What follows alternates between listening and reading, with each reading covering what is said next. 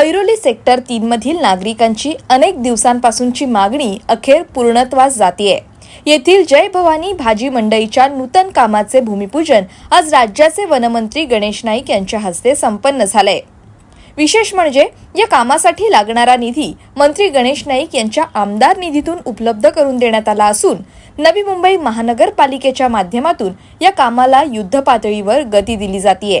जय भवानी भाजी मंडईचं काम पूर्ण झाल्यानंतर स्थानिक विक्रेते आणि ग्राहकांना एकाच छताखाली सुबक, स्वच्छ आणि आधुनिक सुविधा असलेली भाजी बाजारपेठेत उपलब्ध होणार आहे। दर्शकांना सांगू इच्छितो की सदर मंडईची जुनी इमारत किंवा रचना धोकादायक स्थितीमध्ये आली होती।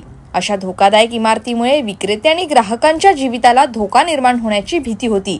त्यामुळे हे काम करणं सुरक्षिततेच्या दृष्टीने अतिशय महत्त्वाचं होतं।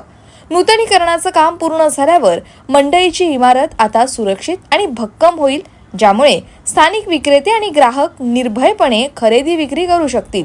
ऐरोली सेक्टर 3 मध्ये जे जय भवानी मंडई आहे तिचं पुनर्जीवन करण्याचं ठरवलेलं आहे। हे ते पत्र्याच्या ऐवजी खाली मंडई वरती हॉल अशा प्रकारची कल्पना मी सुचवलेली आहे। आता फुल डिझाईन काय ते बघू, म्हणजे बदल करू।